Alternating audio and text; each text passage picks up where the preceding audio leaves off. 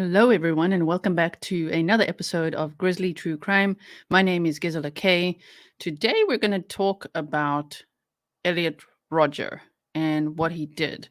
And the reason that we're going to talk about it is because there is, for a while now, for over a decade, a concerning trend in these online forums, which is what incels belong to. We're going to go over what an incel is, what the forums are, all of this kind of stuff, and how what Elliot Rodger did influences people still today. They feel inspired by him and want to copycat what he did or one up him or whatever.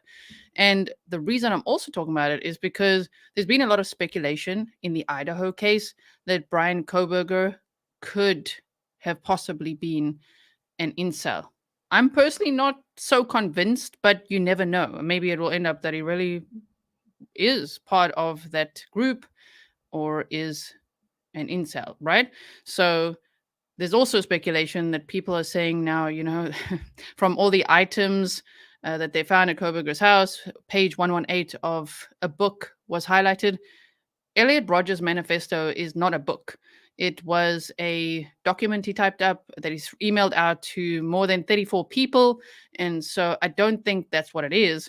But, because people are talking about that and they're saying page 118, no, if you read the whole manifesto, which if you guys are here and if you are on Patreon or you're a member, then you have been with me for 11 hours as we went over Elliot Rodger's entire manifesto. 11 hours of reading through that thing.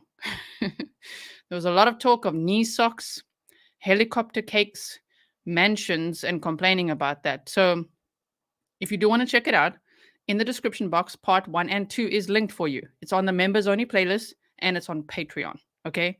Now, if you look at that, you'll know that there is no reason to only focus on page 118, and it isn't something that's like, oh my word, because from page about 100 all the way to the end, it actually gets worse and worse and worse and worse. So, really, if Kohberger had read the manifesto, I don't think he'd particularly focus on page 118. You should see the whole thing and then make up your own mind, right? Okay. How did it get publicized? It got out there. It got out there eventually. Also, before I dive into more of this case and tell you the whole overview, if you've never heard of this guy in your life or this case, I do want to say I was planning to show you some court-obtained videos today. However, YouTube is not happy with that, with sharing his Day of Retribution video. And I actually understand that makes total sense to not spread that around. So what I do have is the entire compilation of those videos on Patreon. It's $1 to join, you guys. I make it like all tiers get the same. It's $1 per month at the lowest tier. So if you want to access that, even if it's just $1 for a month to see that, if you wanted to, you can. Okay, now let's get into the case. So, Elliot Rodger.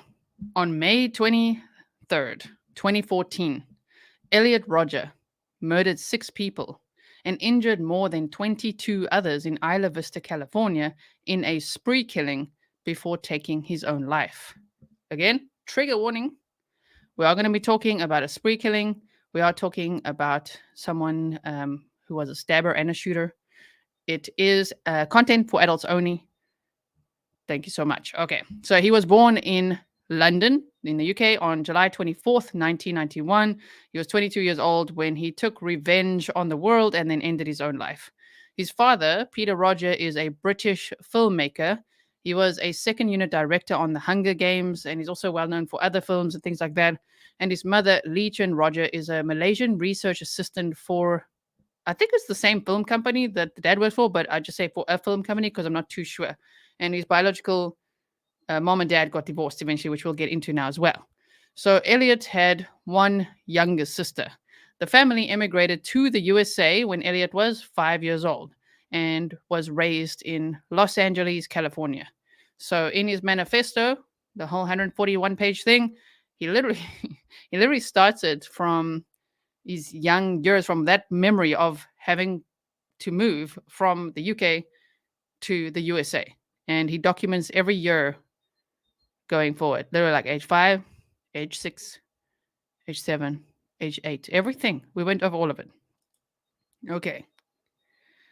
So His parents got divorced and his father remarried, making Moroccan actress Sumaya Akabun Elliot's stepmother, who he did not get along with well. He kind of resented her. Okay. So, hello to the docket. Welcome to the stream. Elliot's dad and Sumaya had a son together, Jazz, when Elliot was 12 years old. Elliot welcomed the idea, but he also expressed some jealousy or resentment or fear about his half brother. For example, in his manifesto, he wrote, "Once again, Jazz's existence caused me to lose my room at my father's house. That should also set the tone for people always say he was severely bullied at school. Well, if you go through his entire manifesto, not like we'll go over what he thinks bullying really is. I'm not saying he was never bullied at all, but man, this guy was just very, very entitled. Very. Okay. So understanding Elliot Rodger's psychology would actually be helpful in understanding the mindset of many mass shooters today, because many of them are self-proclaimed incels. Not all, but a large percentage. And, just knowing why do people, as part of this community, the incel community, why do they look up to him? I don't actually know the answer to that, but let's look at what, his life really was. So Elliot says that at a party, he watched as Jazz got into the swimming pool and almost drowned. He says, every single second of my brother's life, everything that happens to him in the future will exist because I pulled him out of the water that day. Did he contemplate later in life maybe taking his half brother's life too? Because, wait, what if he is successful at hooking up with women? He could not handle that thought. So Elliot saw a range of therapists since he was 8 years old, but he refused to take any of the medication that he was prescribed. I do also want to say, as we went over that manifesto, they did say it was mostly like those, like Hollywood and celebrity therapists. Very expensive ones. I don't know. I just feel like he really needed help. In his 141-page manifesto, Elliot claims to have been severely bullied in school. Spoiler alert to him, severe bullying means that people aren't initiating contact with him and girls are refusing his sexual advances, which includes sitting at a restaurant and waiting for them to fall into his lap. Okay? Because he's a, in his own words, supreme gentleman. Many people invited him to play video games or basketball or to socialize with them, and he refused. Elliot joined the online, it's called a manosphere, the online manosphere. These forums, okay? And eventually started a blog and then a YouTube channel to express his misogynistic and lonely or resentful views. Now, the thing is that many spree killers, mass shooters have done exactly that. They launch YouTube channels or start a blog and start posting things. And it really should be a red flag. So if you ever just browsing YouTube and you see that, it would be best to maybe call the local authorities, just to be just check on this person, maybe.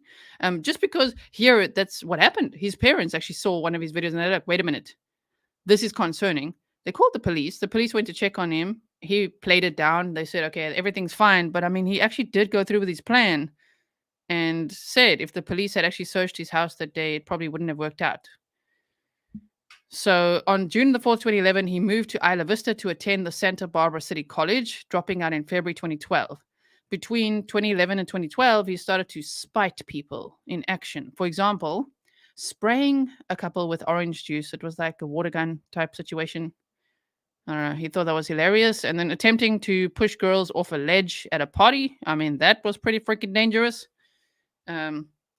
There he was upset because girls were not giving him any attention. They were giving other guys attention. And so they'd all been at this house party. He just decided to kind of crash the party and try to blend in. He was getting more and more upset that the girls were not paying attention to him. And so they'd all climbed up onto this ledge and he wanted to push these girls off the ledge. But in the end, because some of the guys saw that he was trying to do this, he was pushed off the ledge and broke his leg, which delayed his day of retribution plans for a bit.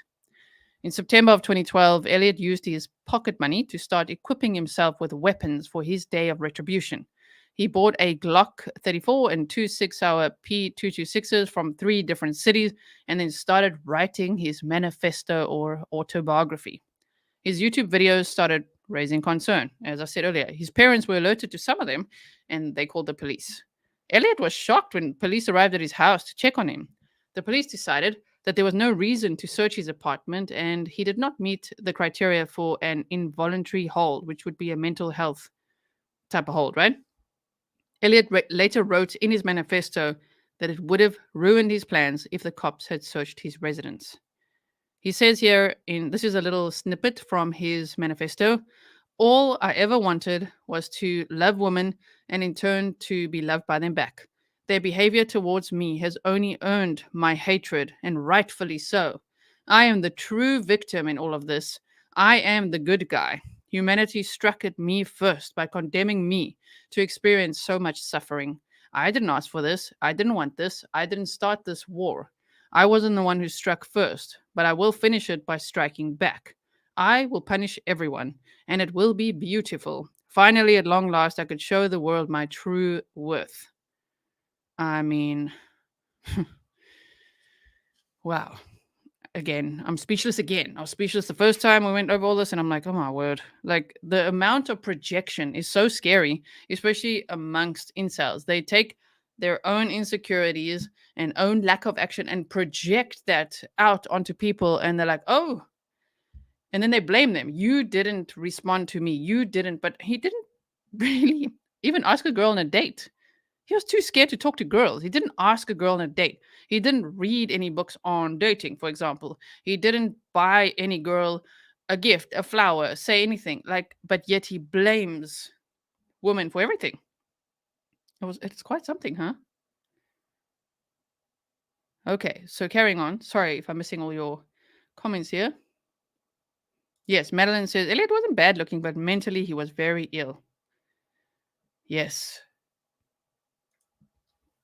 On May 23rd, 2014, Elliot Rodger stabbed 2 of his roommates, George Chen and Jason Hong, and then one of their friends, David Wang, which again, it is terribly sad for those victims and their families.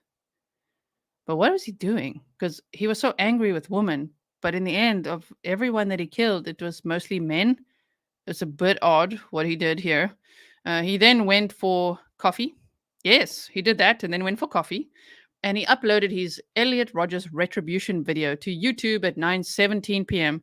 and then forwarded his 141-page manifesto to 34 people, including his parents, therapists, former school teachers, childhood friends, and other family members. As planned in his manifesto, he drove to the Alpha Phi sorority house in the university or near the University of California, Santa Barbara, with the intention of killing all the occupants inside. Now look at this, how quickly he gives up as well. He's not got much courage for anything he's really doing, even in such a twisted plan. He knocks on the door, nobody answers, so then he decided, oh well, that did not work out. So then he just started shooting people outside of that sorority, not even from the sorority. These were from 3 girls he shot from Delta Delta Delta sorority, and they were in proximity. Catherine Cooper and Veronica Weiss were killed, and Bianca Durkock was injured. Then he gets back in his BMW. He drove into town, shooting into deli windows and cafes and killing a student, Christopher Michaels Martinez. He shot at pedestrians, at cyclists, and even rammed into some with his car, wounding 12 people. The police had been alerted and were chasing him. Elliot had a brief shootout with them, but managed to get away. And then police caught up to him again, and another shootout ensued. Elliot was shot in the right hip. He kept trying to escape, speeding away, crashing into a cyclist, Keith Chung, and eventually stopped and fatally shot himself in the head.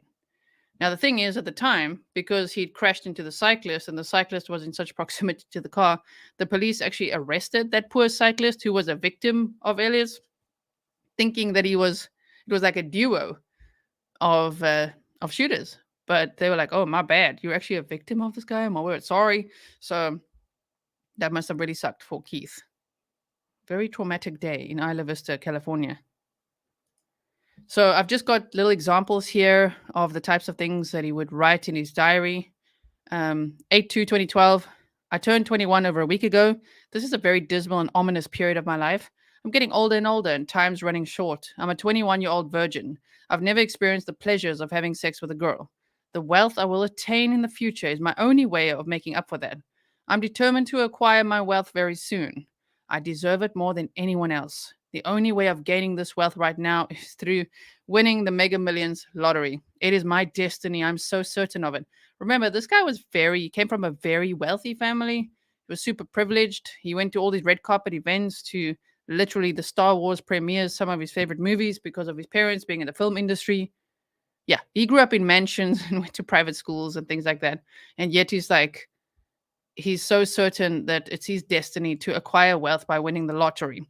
I was born to be wealthy. I am meant to win the lottery. It's the perfect, happy conclusion to all of the suffering and mistreatment I've had to experience in my life.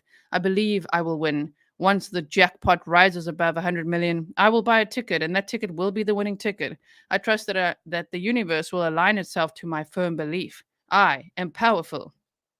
Right now, I can only dream, only fantasize. This fantasizing only fuels my belief. It's what keeps me motivated and hopeful every day. I have something to live for now. Soon, soon. Okay, so carry on. My point in showing this one is he really was very narcissistic. He really had some very, very shallow belief systems. And he couldn't understand why do girls not just fall into his lap, literally. But there wasn't a lot of substance there that he was showing or offering. It's all just flashy, flashy. It's like, oh wow, okay, skateboarders are cool. I'm gonna learn to be that. But it's kind of like a mimic in a way. Um, that's what he was doing, just trying to tick all the boxes to be like a really cool dude, trying to buy only brand name clothings to be like really cool and attractive. But it unfortunately did not work out at all for him. Here, this little snippet says, after all the suffering, rejection, and injustice I've had to face in my life and the long emotional journey I just took to Arizona, I truly believed I would finally be victorious. I thought I would be rich and finally prove my worth to the world. You see, it's no one's mission to prove their worth to the world. You got to prove your worth to yourself. You got to feel worth it yourself. He doesn't have to prove his worth to the world. That's sad, right? I thought I could finally have a girlfriend and have sex. As I drove to Arizona, I kept visualizing and dreaming about the heavenly life I would live after my big lottery win. I mean, his main goal was to get laid, and he didn't succeed at that. And then he killed 6 people and injured 14 others, which is very sad to think about. But if you read through that whole manifesto, it is available online. If you want to hear me read through the whole thing, yes, you're going to listen to 10 hours of that here and there. A little bit of snark where appropriate, of course. We were like, oh my word, it was absolutely grueling to go through. But if you just read that, yeah, his primary mission was to have sex, but not to even that in objectifying women the way he did. It's not like I want to love a woman, I want to have a best friend, I want to spend my life with someone. It's just like he just wanted to have sex. Oh my word, right? Which in adolescence, as a teenager, and all that, that's fine. But to then get so violent, and be like, you know what? All these people have rejected me, but no one rejected him because he didn't pursue anyone. He literally just wanted it to just happen, like on a platter. This one from 5/5/2014 says, it's been a very long time since I've written in this diary. And then on the 23rd of the 5th, 2014, I had to tear some pages out because I feared my intentions would be discovered. I taped them back together as fast as I could. This is it. In 1 hour, I will have my revenge on this cruel world. I hate you all. Die. Wow. Yes. Artemis says he was extremely spoiled and felt entitled to everything he ever wanted. Exactly right. Dawn says don't blame society. Yes. And he particularly blames women. Yes. But society in general too, of course. Obsessed for Disneyland says, why didn't he just get a high class call girl and get over it? He actually wrote about that in his manifesto. He didn't want that. He wants someone to want him, but yet he's not willing to do anything to get that. He just wants someone to want him out of nowhere. Okay, so this is another snippet from his manifesto where he said, my orchestration of the day of retribution is my attempt to do everything in my power to destroy everything I cannot have. All of those beautiful girls I've desired so much in my life but can never have because they despise and loathe me, I will destroy. All of those popular people who live hedonistic lives of pleasure, I will destroy because they never accepted me as one of them. I will kill them all and make them suffer, just as they have made me suffer. It is only fair. Why? This is the end. This is the end of his manifesto. He writes, why do things have to be this way? I am sure that this is the question everyone will be asking after the day of retribution is over. Okay, they will all be asking why. Indeed, why? That is the question I've had for everyone throughout all my years of suffering. Why was I condemned to live a life of misery and worthlessness while other men were able to experience the pleasures of sex and love with women? Why do things have to be this way? I ask all of you. All I ever wanted was to love women and in turn to be loved by them back. But the problem is he didn't want that. What he expresses, maybe deep down in the core, that's what he wanted, but he only expresses that he wants to have sex. Okay. Their behavior towards me has only earned my hatred, and rightfully so.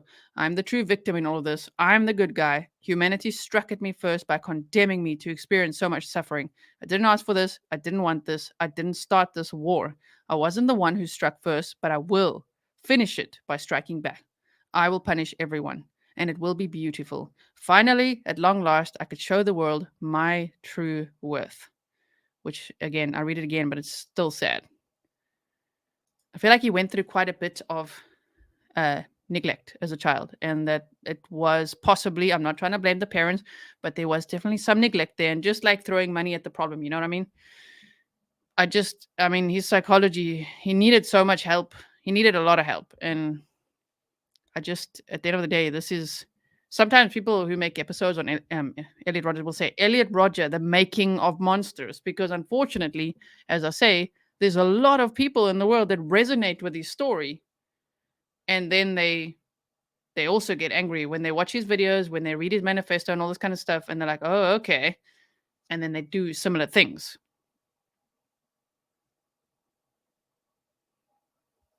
Okay, I'm just laughing at what you're saying there, Jesse Lynn. Yeah, of course he's the victim, not the people he injured or killed or treated like crap, just him. Give me a break. So now, what is an incel? An incel, an involuntary celibate, is not simply a man who's not having sex, okay? Or anyone for that matter. It's not just people who want to have sex and aren't having sex. It's actually a member of an online subculture of people who define themselves as unable to get a romantic or sexual partner despite desiring one. But the key words there are part of an online subculture. It is almost a movement, if you will. It's a whole group of people online venting and thinking about the same things, and all like, yes, they all collectively get to the solution, which is really that all women don't deserve to be around because they've all rejected them. That's the problem with this thinking, and it's growing, which is why I think it's an important discussion, because it's been an upward trend from way back already. It didn't really get the name incel until 1993. As I say, yeah, incel forums, the first ironically started by a woman. A woman started a blog. She first used the word incel, but it was in with a V cell, in V cell, involuntary cell. A woman started a blog. Okay. She was talking about it, just expressing some things, and it took off from there, which again is not her fault. I mean, she was just thinking about some things and sharing it and being like, what do you guys think? And then this whole misogynistic group started growing already from before the 90s, but definitely the word incel has been around from around the 90s there. And now these forums have gained momentum in recent years, where many express their deep hatred and resentment towards women, expressing their misogynistic, racist, and violent beliefs. They talk about SA every 30 minutes. Every 30 minutes on these forums is more and more justification of SA, of DV, and of then spree killing. So it's quite concerning. Let me see what you say. Rabbit says, it seems a lot of younger people feel entitled. Gimme culture instead of earning something. Yeah, it's that instant gratification, which is the negative side effect, I would personally say, of social media. Instant gratification. You can have everything now at your fingertips. You don't even have to type it in. You could say, hey, Siri, or hey, Bixby. depending if you're Apple or Android, and you can have the answer right there. You can have anything you want. You want to order something, just order it online. It's going to be there tomorrow. So that is the problem. Janet says, can you imagine a group of Elliots? And that's the problem. There are groups of these Elliots around, and they look up to him. They call him a hero, the supreme gentleman. Now, if you do go to Patreon and see all those clips I put there for you, you'll see when he talks about, and if you've been there on the member stream, he's talking about I'm a god, like I'm a supreme gentleman. I don't know why these women don't want me. Yeah, that thinking is quite problematic, and it's trending. So maybe, I hope not, but one day, if we're still here in 10, 20, 30, 40 years, I don't know. It's like, remember in 2023 when we talked about this? It's really a problem. And I think it's only going to get worse, unfortunately. So since 2014, many mass killings have taken place with killers self-identifying as incels. It's not that people say, oh, they're probably an incel. With Bryan Kohberger, people are saying he's probably an incel, but we don't know that because he hasn't self-identified as one. And I know that there's speculation that he may be behind the profile Papa Rodger, which is interesting. Also because he spells it like Roger, like Elliot Rodger with a D. Rodger, Papa Rodger. Interesting if it is him then. But he hasn't self-identified as an incel yet. So we don't know if that's him. However, there are many mass killers that have identified as incels, and they claim to be inspired by their hero, Elliot. They resonate with his diary entries. They feel the same way he does, and they want to continue to cast a dark shadow on their immediate surroundings as they lash out at the world for their lack of sexual experiences. It's very concerning. And there we go. It's been speculated that Bryan Kohberger could also be an incel, especially with a Facebook profile, Papa Rodger, which I saw a few of you mention. Some of you are mentioning this page 118 that they found in the search warrant. I just don't. I think it could be so many things. It could honestly be a psychology book, a criminology book, a math book, anything else. Because if you read this whole manifesto, it's impossible to only zone in on page 118. From page 100 to 100 and freaking the end, 41, it's all terrible. And it's not a book either. So, yes, Soybean says FBI should have a watch list for all members of these online incel groups, right? Yeah, Richard says, terrifying. Those individuals find each other online. Yes. Welcome to membership, generally, Jenny. Okay.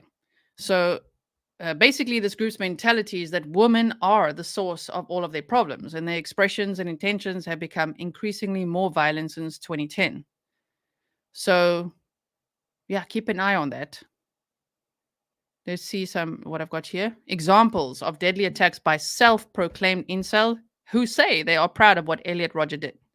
In October 2015, there was a mass shooting by Chris Harper Mercer at the Umpqua, I don't know if I'm saying that right, community college in Roseburg, Oregon. And guess what? He wrote a manifesto.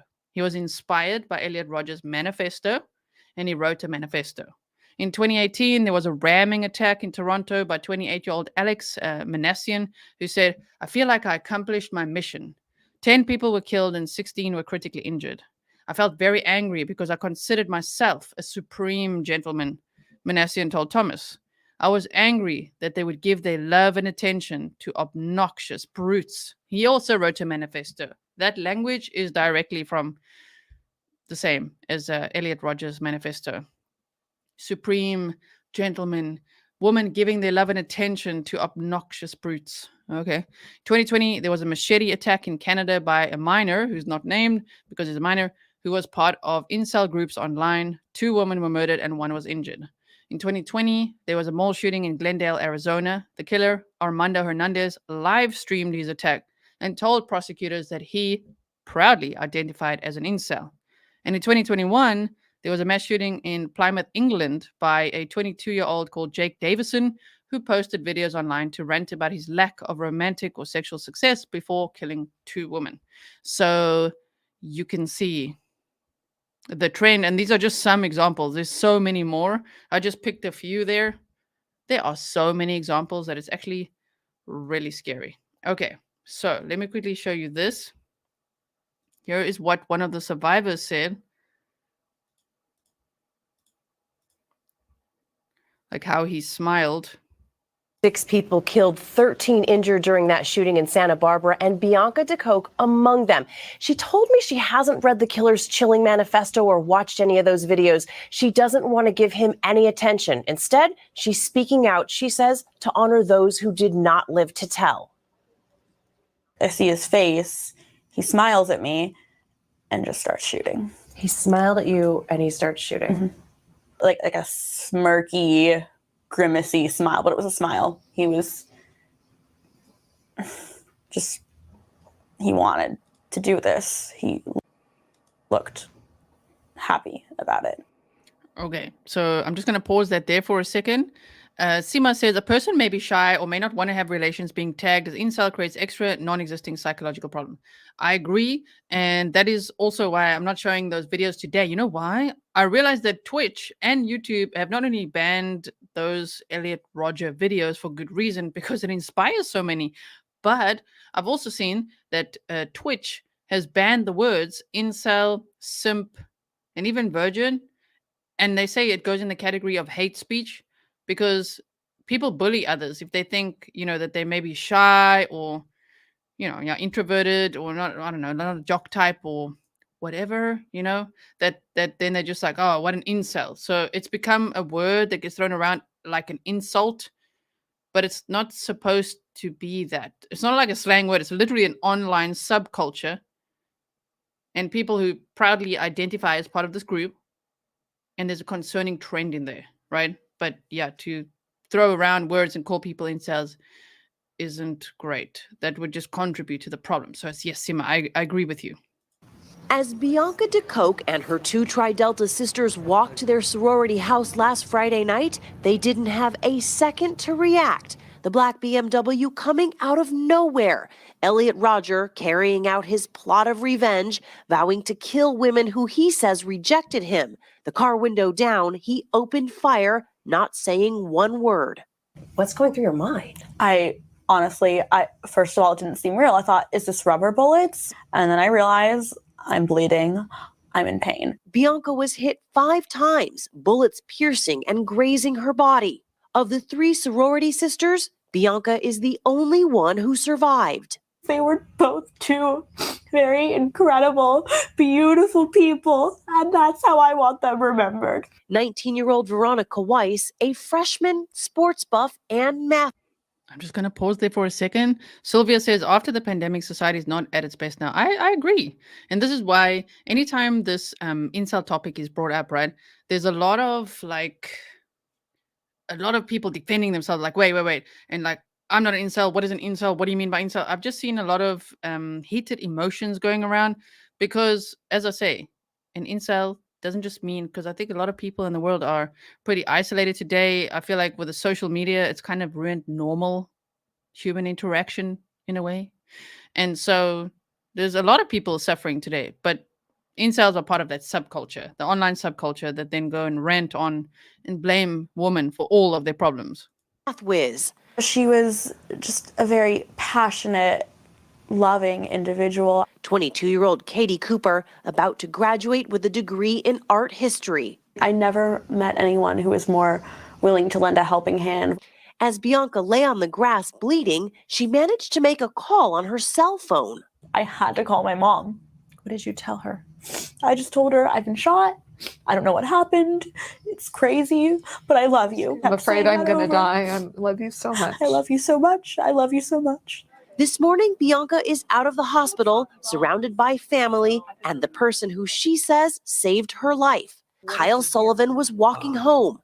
I heard absolute rapid fire. He ran and found a police officer, brought him to Bianca. Then he laid down by her side to comfort. Don't pause again. Pirate says, so is an incel only males? Because there are also females that can't get sexual partners. No. So an incel is not only a group of males, but it's predominantly males. They say it's predominantly white males, but it's part of this group, right? However, if a female identifies as an incel, because the group is generally so lost in their collective misogyny and male superiority, they literally cast out females who want to join this group. If females enter these forums and want to chat there, they literally they attack those females, which I don't know what those females are supposed to do then, because they can't vent there then, you know what I mean? I don't think the venting there is a good idea in the group in either way. So yes, okay, let's continue here. For her. To me, because it almost sounded like she was giving her last wishes. She was telling her mother how much she loved her and everything, and she was just. That's what I felt like I was doing. So that's when I started telling her that she was gonna be okay. And Like he's like a hero. Two complete strangers today, so thankful for each other. We're gonna be like bonded forever now. I look at her as like my sister. Bianca's parents thankful too and angry. I'm angry that it happened and that it does still happen. We need to change this violence. How did he slip through the cracks? Shouldn't it Do you recognize that accent? That dad is definitely South African, right? happen? Bianca says the memories make it too difficult to finish the semester at the University of California, Santa Barbara. But she wants her school to know that she stands right there with the thousands who gathered for a memorial this week. The message here is not one more. Not one more. No. Now, Bianca's parents told me that at some point they would be willing to meet with Elliot Rodger's parents. They say. And they did. They did at some point. I saw a video of Elliot Rodger's dad actually hugging one of the victims' dads. Lacey says, why don't those females mate with the males? Those males, I can't speak for them. From what I've read, they don't want that. They only want super hot blondes. They call them Stacy's and Chads. So it would be, I guess, cheerleader types and jocks, if one had to speak in layman's terms. They have very shallow belief systems. They want only the like those rom-com movies, like only the typical hot girl or nothing at all. So yes, okay, there's that. Then I wanted to show you this interview here with Elliot Rodger's father. How are you? Every night I go to sleep. I wake up and I think of those young men and young women that have died and that were injured and were terrorized. And my son did that. My son caused so much pain and suffering for so many families. When you wake up in the morning, what do you think? Stand by. Zombie, you said it so well. Zombie in there. Incels often have delusionally high standards for partners. Yes. That's it. Free rhymes with AMC. What happens if they get a Stacy? Are they no longer an incel? I wonder too. I guess not, right? It's like a reverse nightmare situation. When you go to sleep normally, you have a nightmare and you wake up and, oh, everything's okay. Yeah. Now I go to sleep, I might have a nice dream. And then I wake up and then slowly the truth of what happened dawns on me. And, that is that my son was a mass murderer. You did not. If you're wondering why do I pause all the time, you can watch all these. I'll put them in the description box afterwards if you don't want my interruptions. I do have to interrupt here and there. That's just how it works here on YouTube, number one. And two, you're here for the commentary, right? So Sylvia says, it's weird. He's not even bad looking, but girls feel it when someone's off. I think they can feel those narcissistic vibes. And just when someone actually has no regard for you, but just wants something out of you, I think in general, people can pick up on that. You know what I mean? So, yeah, that sucks. Think that Elliot was suicidal or certainly not homicide. There's no way I thought that this boy could hurt a flea. I mean, this is the most unbelievable thing, Barbara. What I don't get is we didn't see this coming at all. Did you know that he was sick? No. This is the American horror story, or the world's horror story, is when you have somebody who on the outside is one thing and on the inside is something completely different, and you don't see it. And Barbara's with us here now. And Barbara, I wanted to get back to something he just said to you. He said, we didn't see this coming at all. And a lot of people at home are going to say, we saw the videos of that boy. How did they not see any warning signs? Well, they knew their son was troubled. They even thought that he might want to take his own life. They never thought that he would want to kill others. Yeah, this is And we've seen that in many cases, not just a case like this. I mean, for instance, in the Delphi case, remember all the questions everyone asked about, did the wife know? What if the wife knew? Sometimes in that example, a wife might think, is he cheating on me? Is this guy like having an affair? But you might not think that it's actually like, oh, damn, double murder. You know what I mean? So in this case, they were worried that he wanted to end his own life. They were worried about his mental health, but they didn't think that he would do this. You know what I mean? And he did have therapists throughout his life since he was very young. Since he was 12. I feel like it's since he was 8 years old. Maybe I'm incorrect, but definitely since he was 12. Yes, Sandra says the girls have to be very, very hot and popular. Yes, and then I've got one more clip to show you here, which was actually one of his neighbors. I might have to boost this one. Hold on. We're going to do the Grizzly boost. Okay.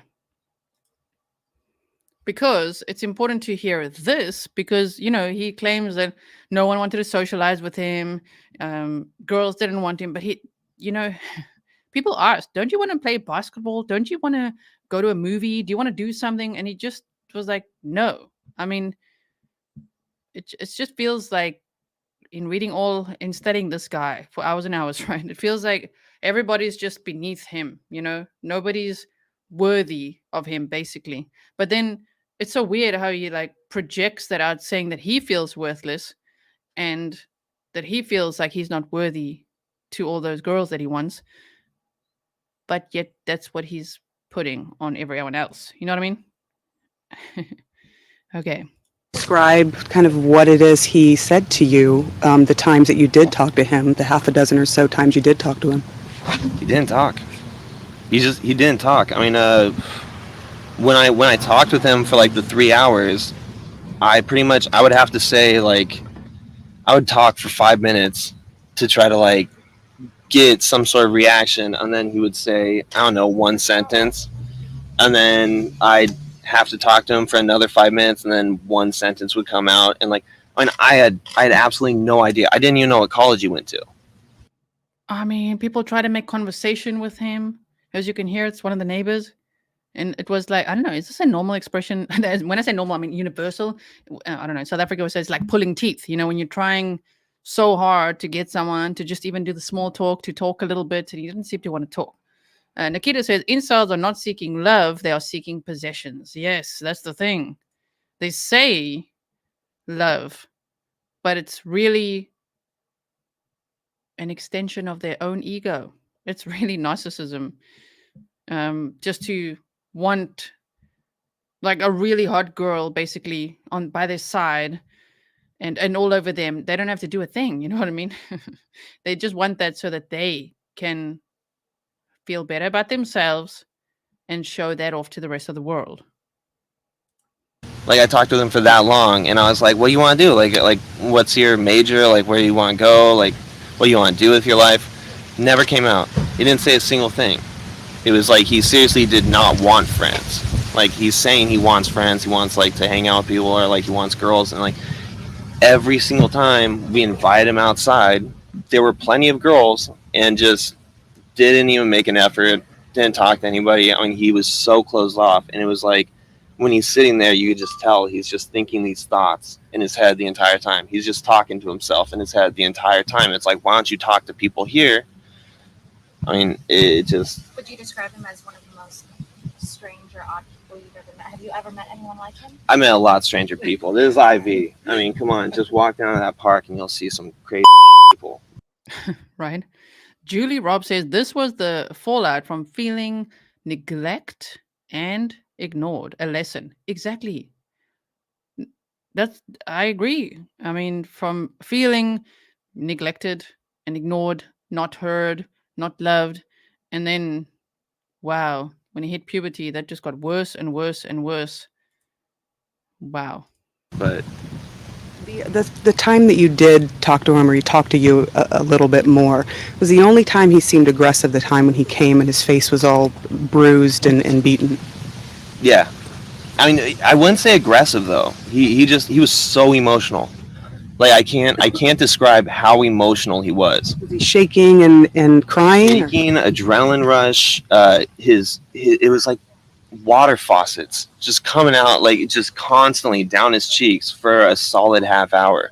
And he was so upset. I've never seen anybody like that mad, like in my entire life. And what threats did he make at that time? Well, he was saying like, I'm going to kill all those, I'm going to kill all of them. I'm going to kill myself. Like, I mean, like, and I don't know if that's what set off. I don't know that, like, if that's what set the plan in motion, but that's a long time in the making, because that was a long time ago. How long ago was that? Like, I want to say 4 to 7 months ago, but when they did the press conference, they said that happened like July 15th when he went to the hospital. So I'm guessing that's like when it happened. So yeah. He said that he'd been planning it for a year. So we're almost on a year. So yeah, but it wasn't that bad.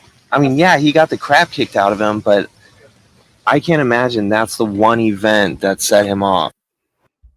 He's talking there about that party where he had tried to push girls off of a ledge, and then when other guys saw it, they pushed him off a ledge, and then he broke his leg, but he was super drunk. So he walked away, then realized, oh my word, his Gucci sunglasses are still at the party.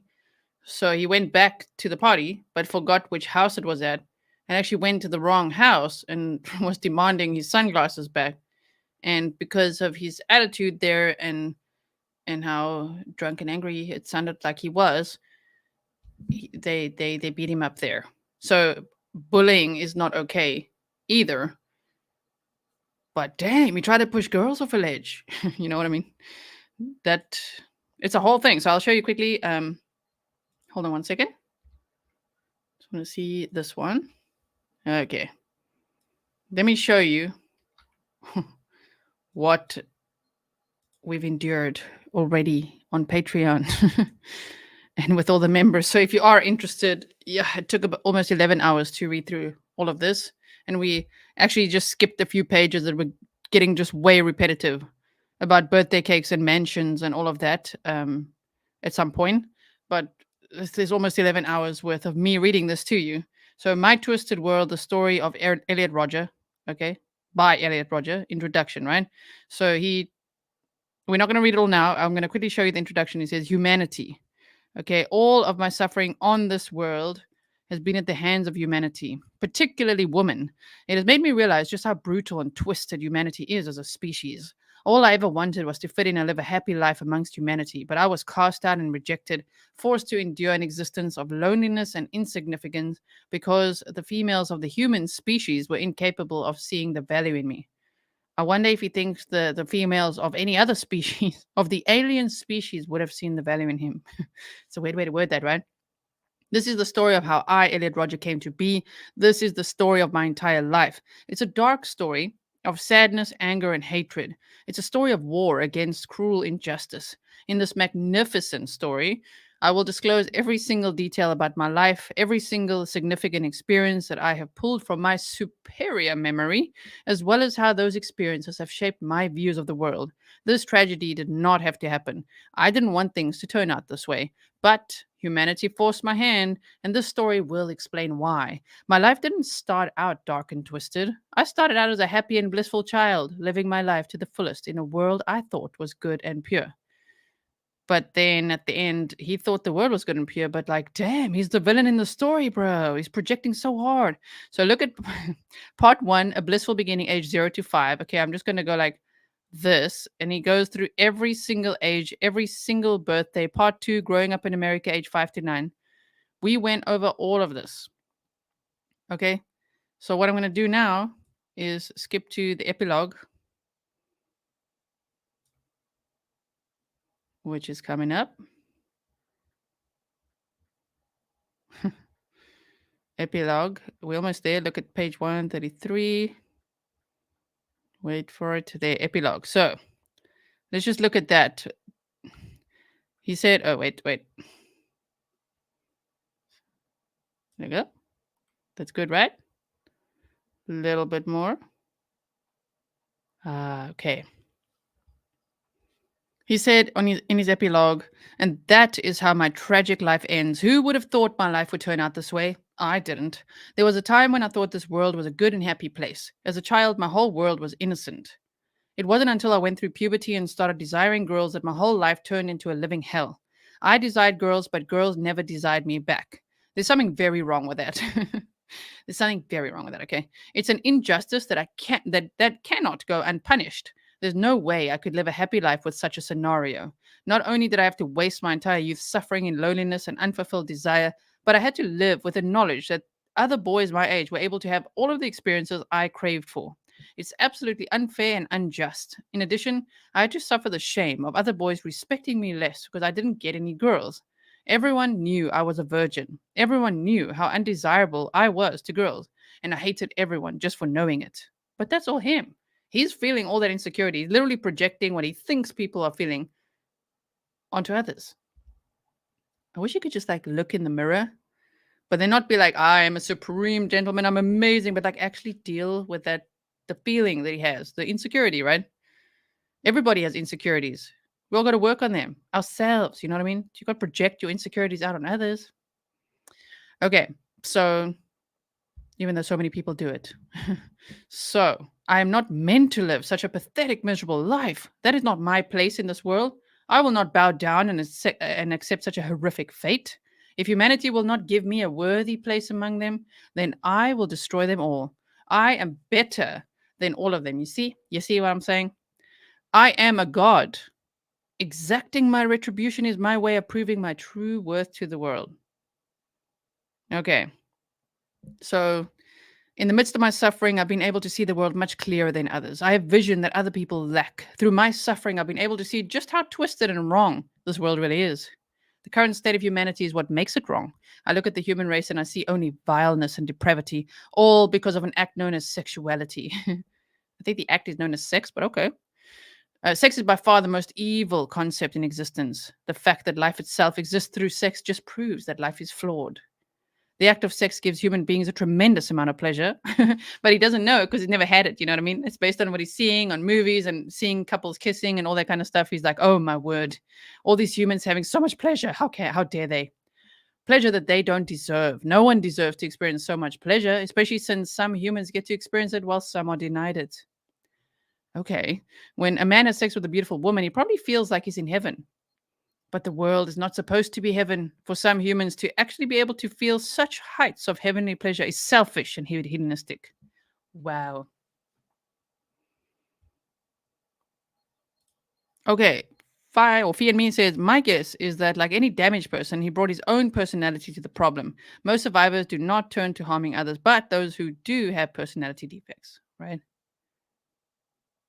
Candy says, he put himself so much higher than anyone else. No wonder no one wanted to be around him. Right? And Handmaid Sale says he was raised by the internet. Yes. Yeah, Jenny says, I've seen a few of his home videos. How disturbing. Yes, and the ones in his car that he actually uploaded on the day. Okay, so what I'm going to do here is just skip a little bit because this is... we've gone over it. I'm not going to go over it again. I want to go down to here. It's such a pure world because he goes on to, I don't know, all kinds of things, including concentration camps for women and all kinds of stuff. Like, what the hell? AF Medicine says he mentions his only way out was winning the lottery, right? That was his solution to everything, which is like, sorry, what? Winning the lottery. Wow. Okay, in such a pure world, the man's mind can develop to greater heights than ever before. This is his world before that he was describing, right? So future generations will live their lives free of having to worry about the barbarity of sex and women, which will enable them to expand their intelligence and advance the human race to a state of perfect civilization. His idea of that is to put women in camps and starve them all. And he says you'll watch over them and enjoy watching them all starve. And then some of them, the hot ones, right, they're going to be taken to a lab and get artificially inseminated. Okay. So that humanity can continue. This is his idea. Wow. Okay, so it is such a shameful pity that my ideal world cannot be created. I realized long ago that there's no way I could possibly rise to such a level of power in my lifetime. With the way the world is now, such a thing will never become a reality for me, but it did give me something to fantasize about as I burned with hatred towards all women for rejecting me throughout the years. All women. He never spoke to one of them. But then all women are suddenly the problem. Like if he had tried to date even 10 and they all rejected him, it still would only be 10 women out of the whole of the female species on planet Earth. Like, bro. Oh my word. He says this whole viewpoint and ideology of abolishing sex stems from being deprived of it all my life. If I cannot have it, I will do everything I can to destroy it. My orchestration of the day of retribution is my attempt to do everything in my power to destroy everything I cannot have. All of those beautiful girls I've desired so much in my life but can never have because they despise and loathe me. They never even said it. They never said, they don't even know he exists. He never spoke to them. He was super introverted, super shy, super scared. Those are all normal feelings. But you can't then turn that into, you did it. You did this to me. All of those popular people who live hedonistic lives of pleasure, I will destroy because they never accepted me as one of them. I will kill them all and make them suffer just as they have made me suffer. It's only fair. Like, no, like literally not. Okay, now this last bit we've already read a few times now. I'm just showing you examples of what goes on in this manifesto. 141 pages. Yes, JB Gunner saying, I don't understand incels. They can clearly pay for and experience this heaven they think they are missing out on. They don't want that. Well, I can't speak for all of them. Elliot Rodger had written in his manifesto, he wants someone to authentically want him. He doesn't want to pay for anything. He doesn't want to have anything organized for him. He wants someone to truly want him. But the problem is he does absolutely nothing to facilitate that, to work for that. He's not like doing anything for women and not even reading books. There's so many books and audiobooks you could have listened to and read. There's all kinds of dating coaches. There's all kinds of stuff. Like, why not just, you want to be a master at something, then study it and become the best at it. It's almost like narcissism and laziness. And then, of course, there's some mental illness in there as well. But if we look at it just like plain, like just like what is the problem here? Narcissism and laziness, that combination is pretty bad. Yes. Okay. So page AF Madison says page 128, he talks about his sister, and 132, his roommates. Yes. Yeah, we've gone over all of that. Yes, he did have a sister and a mother and a stepmother and a half brother and a dad. Yes. That's a good point, Angela. That's a good point.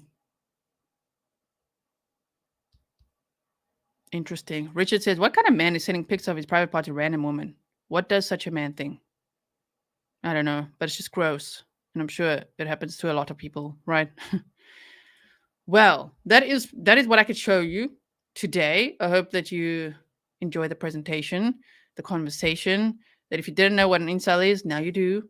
And the videos that I could show, as I say, the other videos, which are actually, the docket helped obtain some videos directly from the court of Elliot Rodger. And those are all on Patreon if you do want to see that. Okay, so thank you so much. Thank you, mods. Really appreciate it. I have got lots of work to still do, so I'm going to go get to it. And happy Sunday to all of you who were here with me today. If you're watching the replay, thank you so much, especially if you made it to the end. I hope that you will consider subscribing, hit that bell, and make it, all. You know why? It's not for me. That's for you. And so you get notified when I next go live or do an upload or a premiere or a short or something like that. If you haven't ever seen my second channel, it's called G&T. And I think it's been shared throughout here. I'm sure if I just look at G&T. Go find my second channel, subscribe over there. Sometimes I've been quite busy on there too, just making shorts. Okay, guys. So now I'm going to go get back to work, and I'll see you again soon. Bye, everyone.